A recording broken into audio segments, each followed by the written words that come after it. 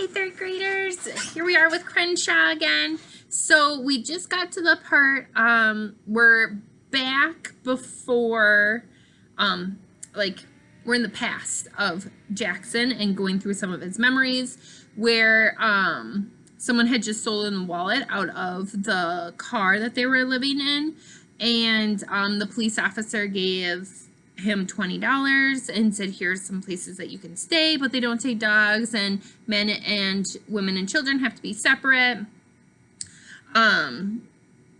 So we're just kind of at the where he's like, well, it looks like we're gonna have dinner tonight, and now we're gonna start our next chapter, chapter 24. The next day, we dropped off my mom at her part-time waitress job. Before she got out of the car, she looked at my dad and said, we have to apply for assistance, Tom. We'll be back on our feet before they deal with all the paperwork, he said. Still.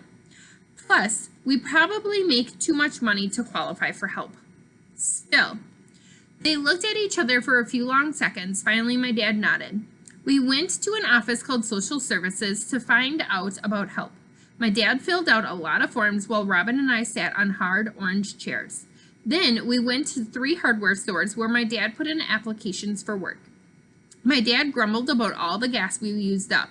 To cheer him up, I said maybe we could feed the car water instead. He laughed a little bit. Not having enough work is tough work, my dad told my mom when she joined us in the car after her shift. He took a deep breath and blew it out, like he was facing a birthday cake with way too many candles. Dad, I said, I'm kind of hungry. Me too, buddy, he said. Me too. Almost forgot, my mom said, reaching into her tote. I grabbed some bagels that the chef was about to throw out. She pulled out a white paper sack. They're pretty stale, though, and they're pumpernickel. Well, that's a start, said my dad. He stared out the window. After a moment, he clapped his hands. Okay, let's get the show on the road. Yes, I can't stall any longer. My mom touched his shoulder. Are you sure about this, Tom? She asked. I can get my paycheck tomorrow. We could go to the food pantry or the shelter. Nope, I got this. He smiled, but it didn't look like a real smile to me. I'd rather do a little performing than stand on another endless line at some office waiting for about an hour.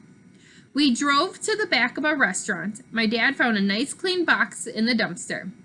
Are you making the begging sign? I asked. He'd been talking about it on and off with my mom since our money was stolen. Given that I'll be singing for our supper, he said, as he tore the box into pieces, I prefer to call it requests for gratitude. What's gratitude? I asked. A tip. Money you give someone like a waiter. Oh, I'm so sorry. I was saying it wrong. Gratuities. What's a gratuity? There we go. I knew it didn't sound right. What's a gratuity? I asked. A tip. Money you give someone like a waiter, my mom said. When we were young, your dad and I used to be street performers before we had regular gigs. Lots of musicians do. I've got this down to a science, said my dad. First off, you need a cardboard sign. Then you need a busy intersection. The best corners have long stoplights. It might not hurt to take Aretha, my mom said. People love dogs, I told my dad. I bet you'll make a lot more money with a dog. Can I borrow a marker, Jackson? My dad asked. I handed him my blue marker. That guy on the corner by Target, he has a puppy. My dad studied a cardboard rectangle. No prop puppies. Write God bless, at least, said my mom. Everybody writes God bless. Nope. As it happens, I have no idea what God is up to, my mom sighed. My dad scribbled something on the cardboard like he was in a hurry to be somewhere else. He held up the sign and asked what we thought. I didn't answer right away. In second grade, my dad got a D in penmanship, which is how you make your letters. He did not improve with age. What's it say? I asked. Thank you. Looks a lot like think you, he shrugged. Even better. Chapter 25. We drove to a busy corner and parked next to the Starbucks. It was a cool and rainy kind of day. Are you sure about this? My mom asked. Let me join you. It won't be the first time I've played an outdoor concert, my dad said, and you can't come with me. Someone needs to stay with the kids. We waited in the minivan, watching him as he crossed the street. He had his sign and his guitar, but no Aretha. My dad stood on the lane divider by the left-hand turn signal. He propped his thank you sign against his open guitar case. We couldn't hear him singing. There was too much traffic. He needs to make eye contact, my mom said. The light turned red, and a line of cars formed next to my dad. Someone beeped his horn. My dad looked over. A driver in a taxi passed him some money. The next time the light was red, a driver in a pickup gave my dad coins.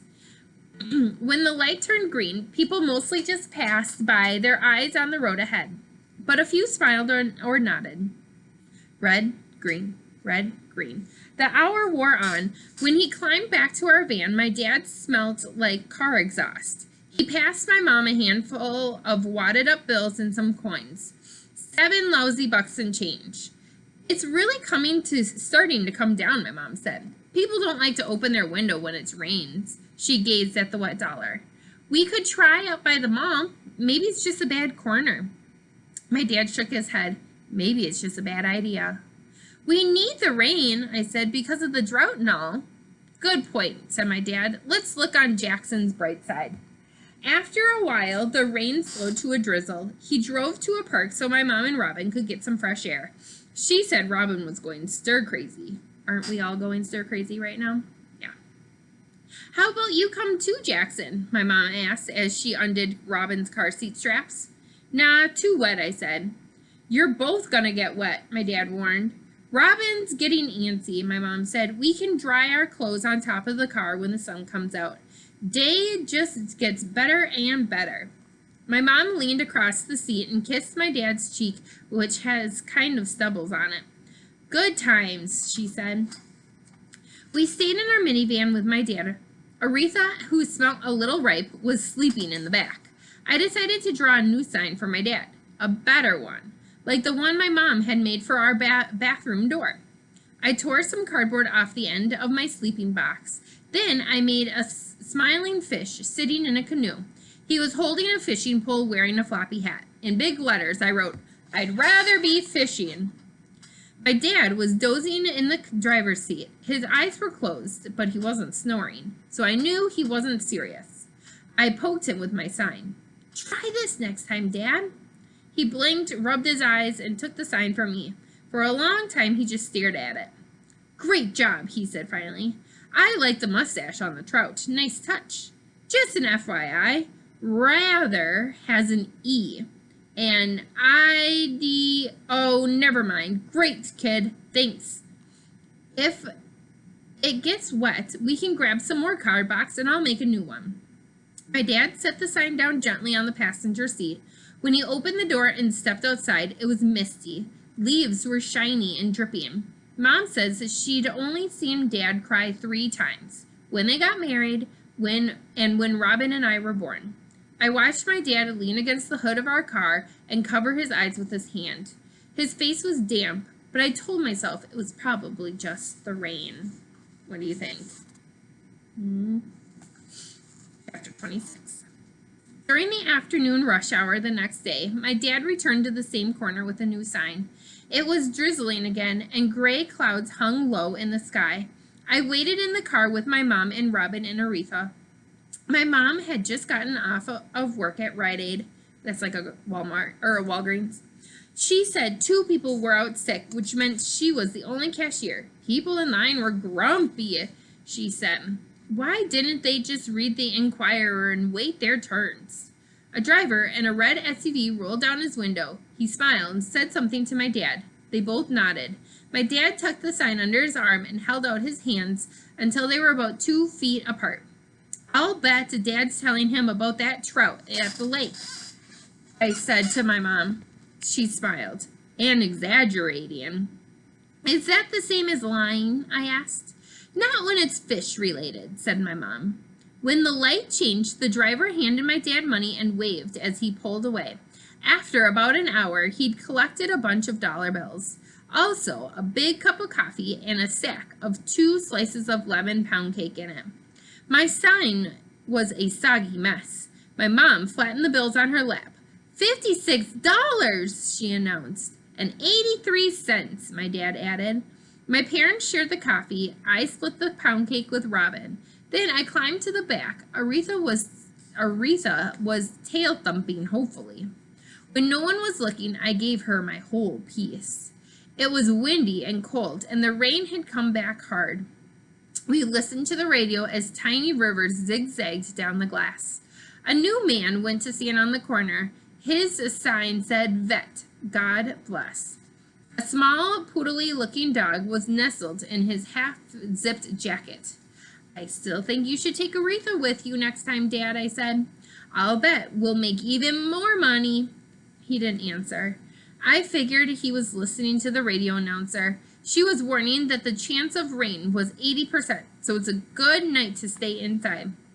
A summer day camp bus stopped by the light. Its windows were fogged up. I saw some kids stand hunched down in case I knew them. Someone had drawn a smiley face with a word next to it, "Hello." I decided it was hard to tell. I was on the outside, so everything was backwards. Aretha licked my sticky hand.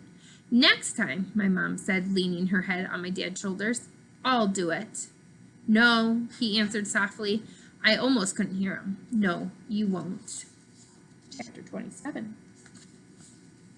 The next evening, Crenshaw appeared, all of him, not just his tail. We were at the rest stop off Highway 101, sitting at a picnic table. "Cheetos and water for dinner?" my mom said. She sighed. "I'm a bad, bad mother." "Not a lot of options at the vending machine on the 101, my dad said. He had hung a pair of his underwear on a nearby bush to dry. Sometimes we washed our clothes in the sinks at the bathrooms. I tried to not look at the underwear. After we ate, I headed to a patch of grass under a pine tree. I laid down and stared at the darkening sky. I could see my parents and they could see me, but at least I felt a little bit on my own. I loved my family, but I also was very tired of my family. I bet that's kind of how some of us feel right now, right? We love them, but man, it would be really nice to get away a little bit, right?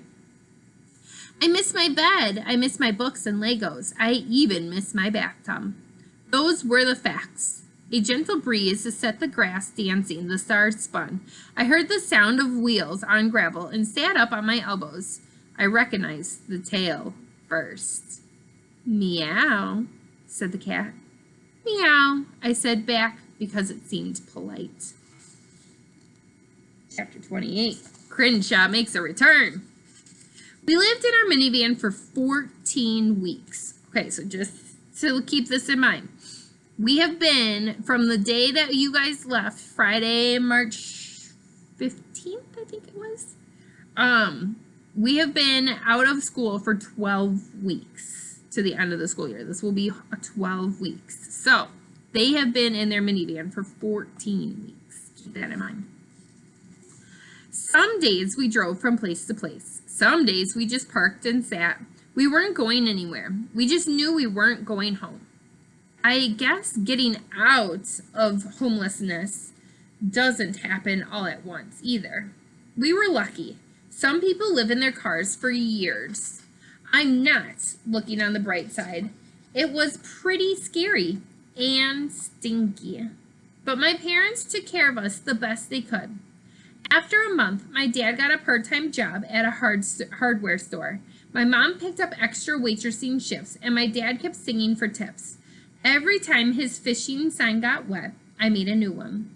Slowly, they started saving money, bit by bit, to pay for a rental deposit on an apartment. It was sort of like getting over a cold. Sometimes you feel like you'll never stop coughing. Other times, you're sure tomorrow is the day you'll definitely be well. When they finally put together enough money, my parents moved us to Swan Lake Village. It was about 40 miles from our old house, which meant I had to start a new school. I didn't care at all. At least I was going back to school, a place where facts mattered and things made sense. Instead of a house, we moved into a small, tired-looking apartment. It seemed like a palace to us, a place where you could be warm and dry and safe. I started school late, but eventually I made new friends. I never told them about the time we were homeless, not even Marcel. I just couldn't. If I never talk about it, I felt like it couldn't ever happen again. So we had part one, which was kind of like present day, where they had to like sell things from their house and they were starting to go into having to live in their car again. Then part two started, where we went back to the first time that they were living in their house. And now we've gone through that first time to present day again. Okay? I hope you're enjoying this book. We'll see you later.